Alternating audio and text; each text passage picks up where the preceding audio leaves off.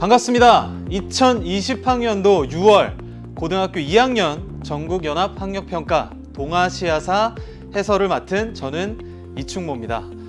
여러분 정말 반갑습니다. 그리고 정말 고생 많았습니다.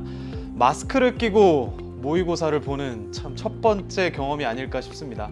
물론 고등학교 1학년 때 여러분들 모의고사를 보셨었지만 고등학교 2학년 때 제대로 보는 모의고사 첫 번째 시험이라고 생각합니다. 어떠셨나요? 여러 가지로 낯선 환경 속에서 심지어 등교도 굉장히 지금 불규칙하게 격주로 이루어지고 있는 현실 속에서 정말 몸도 마음도 피곤하고 답답하고 학교 생활도 예전과 같지 않아서 정말 위축되기도 하고 마음이 불안하기도 할 텐데, 그 불안한 마음 속에서도 꿋꿋하게 시험 하루 종일 잘 보신 여러분 진심으로 제가 박수 쳐드리고 싶습니다. 일단 이건 총평입니다. 이번 시험이 어땠는지, 제가 앞으로 이제 어떻게 공부하면 될지 여러분들과 함께 살짝 이야기 나눌 거고요. 그리고 이제 실제 강의 이제 1시간에 걸쳐서 이야기할 건데요. 일단 총평에 앞서서 제가 여러분들께 꼭 말씀드리고 싶은 것, 아까 말씀드렸었죠. 정말 수고 많았습니다. 올해 첫 실전 학력평가였습니다. 물론 코로나19 사태로 인해서 여러 가지 문제들이 있었죠. 그리고 지난번 학력평가는 아마 그 집에서 보셨을 가능성이 큽니다. 학교에서 배부를 받으셔서 아니면 EBSI 홈페이지에서 다운로드를 받으셔서 푸셨을 것이고, 제가 그때 해설 강의를 했을 때도 여러분들과 참 안타까운 마음을 나누었던 기억이 나요. 그럼에도 불구하고 일단 그래도 어느 정도는 잦아들어 가고 있고, 우리의 모두의 노력으로 현재 전염병을 더 종식시키기 위해 노력하는 와중에 일단 모의고사까지 치를 수 있는, 그래도 어느 정도의 일상으로는 가지 않았나. 하지만 여러분들 여기에서 이제 너무 좌절할 필요도 없이 그래도 우리는 우리의 길을 가야 된다. 이게 국가적 전염병 상황이 있긴 하지만 여러분들 수능이라고 하는, 그리고 대입이라고 하는 본인의 목표, 앞으로 가야 될 목표는 분명히 뚜렷하기 때문에 여러분들 지금 상황에도 굴하지 않고 자신의 길을 가는 연습이라 생각하고 꿋꿋하게 우리 가면 좋겠습니다. 그러면 일단 좀 구체적으로 제가 시험에 관련된 이야기를 해볼게요. 이번 동아시아사 여러분들 시험 2015 개정교육과정으로 본 첫 번째 고2 모의고사입니다. 그전 여러분들 선배까지는 그전 교육과정이었고요. 그전 교육과정과 이번 교육과정의 근본적인 차이 중 하나는 베트남사가 많이 빠졌다는 겁니다. 그리고 저도 사실 굉장히 궁금했습니다. 이번 시험이 어떻게 나올지요. 물론 고3 언니 오빠들, 형 누나들은 미리 한번 보긴 했습니다만 저번 시험은 사실 제 개인적으로 고3이 봤던 시험은 100% 만족스럽진 않았거든요. 근데 요번 여러분들 고2 전국연합학력평가 시험은 굉장히 좋은 시험이었다고 저는 자평합니다. 개정교육과정의 핵심 주제가 출제됐습니다. 그리고 문제 유형, 난이도 모두 굉장히 적절했다. 굉장히 어려운 문제도 없었는데 그렇다고 쉽게 풀리는 문제도 없었습니다. 내가 이 주제를 어느 정도 알고 있는지 분명히 좀 판가름할 수 있는 좋은 척도가 되지 않는가라는 생각이 들어서 정말 출제진 여러분들께서 정말 심혈을 기울여서 어려운 여건 속에서 잘 내셨구나. 그리고 여러분들이 좋은 문제를 풀게 되어서 저도 참 기분이 지금도 좋습니다. 그리고 여러분들 사실 고등학교 2학년이니까 수능도 앞두고는 계시지만 내신 시험을 빼놓을 수가 없죠. 그리고 지금이 현재 6월 중순인데 아직 1차 지필평가, 즉 중간고사를 안 본 학생들도 계실 거예요. 그러면 동아시아사 내신을 아마 여러분들이 하고 있기 때문에 이 모의고사도 동아시아사를 보셨을 가능성이 크단 말입니다. 그러면 이 시험 자체가 이거 학교 선생님이 시험을 어떻게 낼까 불안하고, 심지어 그 전에 온라인 클래스로 공부하다 보니 여러 가지 감이 안 잡히고 뭘 어떻게 공부해야 될지 모르는 그 상황이 있었겠죠. 근데 그 길잡이로 너무나도 좋은 시험이다. 지금 여기에 여러분들과 제가 함께 풀게 되는 이 문제 주제들, 내용들 확실히 오늘 잡고 가면요, 여러분들 혹시라도 1차 지필평가 중간고사를 보지 않은 학생들은 정말 큰 도움이 될 것이다. 오늘 저와 1시간 반드시 함께 하신다면 정말 앞으로 남은 내신 시험에도 분명히 도움될 수 있도록 제가 정말 열심히 준비했다. 그 말씀을 꼭 드리고 싶어요. 다음 볼게요. 전체 범위는요, 저번 우리 그전 모의고사에는 전범위가 다 나왔거든. 현대사까지 나왔어요. 근데 굉장히 어렵진 않았어요. 근데 지금은 거의 절반 나왔어요. 처음부터 지금 대단원 3의 1, 17세기 전후 동아시아 전쟁이라고 나와 있죠. 이게 거의 동아시아사 전체 범위로 봤을 때 거의 절반 가까이 됩니다.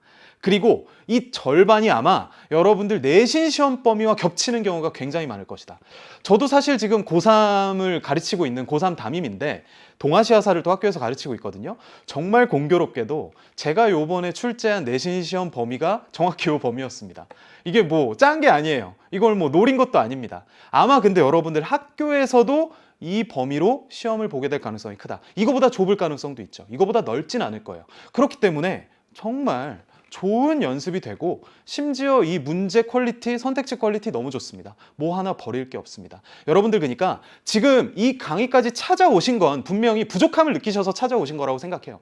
100점이 아니죠. 50점 다 맞으셨으면 굳이 여기까지 오지 않았을 수도 있죠. 근데 뭐 50점 다 맞으셨어도 오실 수 있습니다.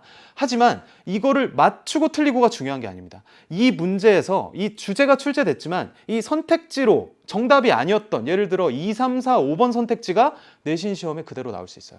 수능 모의고사에도 나올 수 있고요.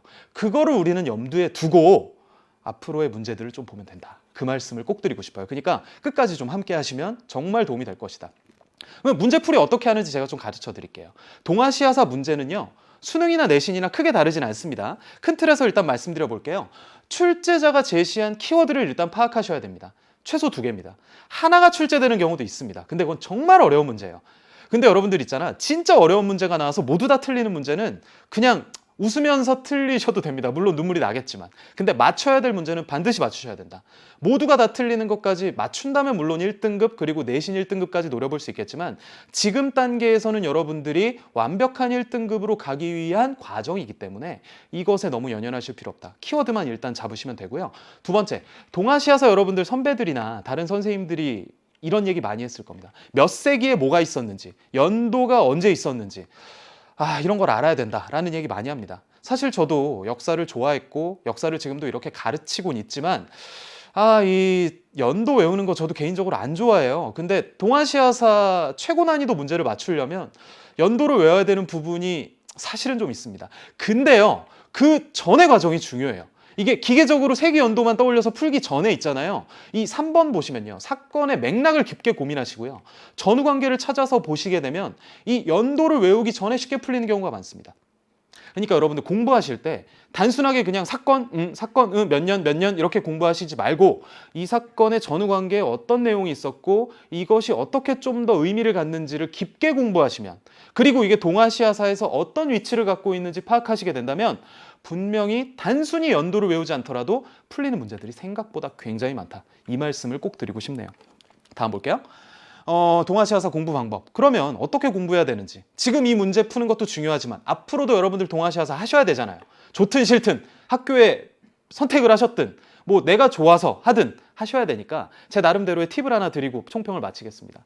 핵심 주제 중심으로 동아시아사 교과서가 구성되어 있습니다. 뭐 조공책봉, 뭐 여러 가지 뭐 성리학, 뭐 불교 윤령, 그리고 뭐 동아시아 대외 관계 이런 것들을 중심으로 교과서가 편성되어 있기 때문에 그 주제를 중심으로 나와 있는 사건들을 깨알같이 좀 세세하게 공부하실 필요가 있습니다.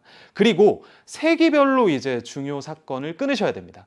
제가 세기별로 끊는 거 굉장히 좋아하거든요. 오늘도 좀 끊어드리겠다. 자, 그리고 세 번째, 사실 이제 초고 난이도 문제가 동아시아사에 여러분들 학교 선생님이 1등급을 변별하기 위한 문제, 예를 아니면은 뭐 전국연합학력평가 수능의 1등급 변별 문제들이 있겠죠. 그런 것들은 좀 세세한 연도를 외워야 되는 경우도 있습니다. 그것까지 완벽하게 하신다면 1등급 문제 없습니다. 그러니까 여러분들 뼈대 잡기의 중요성이라고 제가 밑에 말씀드렸죠. 뼈대를 잡으셔야 돼요. 이게 정말 어느 과목이나 뼈대를 잡는 거 중요하지만 동아시아사만큼은 제대로 뼈대를 잡지 않으면 이게 내가 지금 어디에 서 있는지 혼란스러운 상황이 쉽게 찾아옵니다. 그러니까 여러분들 뼈대 잡으시고 살을 붙여야 된다. 오늘 제가 좀 그 맛을 꼭 보여드리겠다. 그 말씀을 꼭 드리고 싶네요. 자, 오늘 저랑 이 강의를 듣게 된다면 수능 동아시아사 출제 방향성, 내용 이해 가능하십니다. 그리고 고2 내신 시험 앞둔 학생들, 지금 여러분들 이미 끝났다 하더라도 지금 요번 내신 시험으로 동아시아사가 끝나는 게 아니죠. 그렇죠? 방향 잡아간다, 흐름 잡아간다 이런 거 생각하시고 따라오셔도 좋습니다. 그리고 내가 이번 문제 풀고 공부하다 보니 부족한 부분을 발견하셨다면 주저하지 말고 제가 또 기다리고 있는 강의가 있습니다. 3주 완성, 학교 시험 3주 완성, 이충모의 플렉스 동아시아사에서 만나면 좋을 것 같습니다. 자, 여러분, 제가 어느 정도 공부 방법, 내용들 말씀드렸고요. 그러면 망설이지 마시고 저와 함께 바로 문제풀이로 따라와 주시면 되겠습니다. 문제풀이에서 기다리고 있겠습니다.